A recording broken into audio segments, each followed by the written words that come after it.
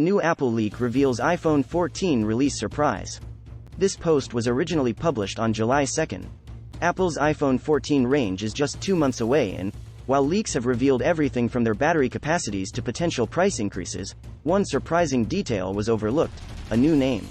In September, Apple is expected to announce a more affordable version of the iPhone 14 Pro Max, which was widely assumed to be called the iPhone 14 Max. But a detailed supply chain report from analyst Omdia uses a far more logical name. Breaking with leaks to date, Omdia's senior research director David Shea refers to the new device, an iPhone 13 mini replacement, as the iPhone 14 Plus. This makes a lot of sense.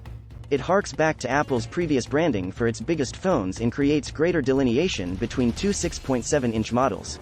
Countering an earlier report from DigiTimes, which claimed Apple had been forced to slash the initial wave of iPhone 14 production from major supplier TSMC by 10%, respected Apple analyst and insider Ming-Chi Kuo has revealed that production for the new range remains largely on track.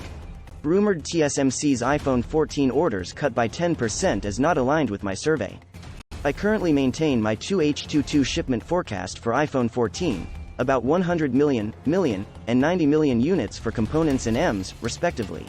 My latest survey indicates that some Chinese distributors, retailers, scalpers have to pay the highest prepaid deposit ever for iPhone 14 to ensure a sufficient supply. At present, in the Chinese market, the iPhone 14 prepaid deposit is significantly higher than the iPhone 13 and even twice as high in some areas. What is driving this demand, given the historically minor upgrades coming to standard iPhone 14, remains to be seen. But leaks will accelerate now mass production has begun. Meanwhile, any potential iPhone 13 upgraders would now be wise to wait until the iPhone 14 models launch in September. After multiple high-profile litigation lawsuits between Apple and its primary supplier Qualcomm, the two companies signed a 6-year licensing agreement in 2019. Apple also bought Intel's smartphone modem business with the aim of phasing out Qualcomm modems over the next few years.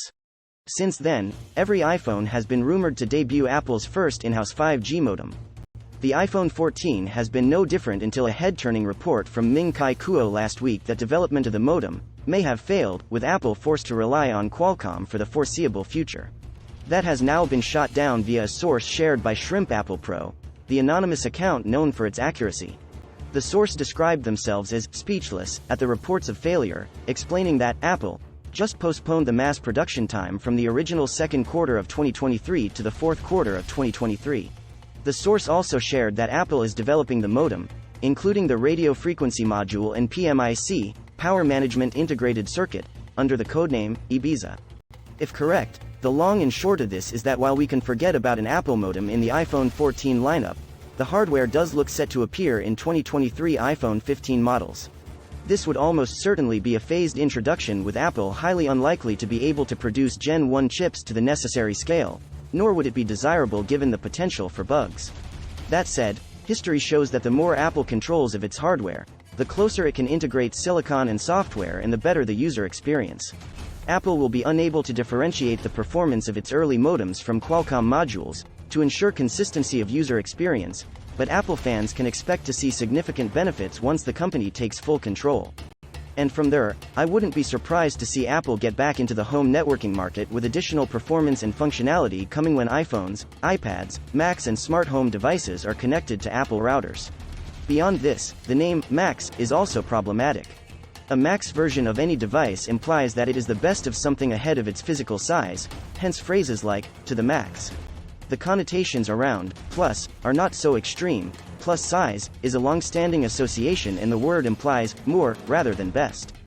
This would be a better fit, given standard iPhone 14 models will miss out on most major iPhone 14 Pro upgrades. Yes, Apple's branding has long been criticized for creating confusion. Look no further than the Apple Watch Edition, but releasing an iPhone 14 Max which is cheaper and slower than an iPhone 14 Pro would be bizarre even by Apple's standards.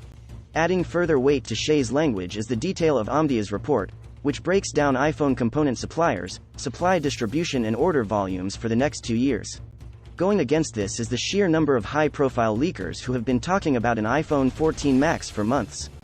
It would be a surprise for them to be wrong this close to launch, but certainly not unprecedented. Yes, there are bigger questions surrounding the iPhone 14 lineup, including their eye-opening battery capacities, camera differences and generational chipset gap. But for Apple, getting the messaging right around these phones is critical. And that all starts with a name.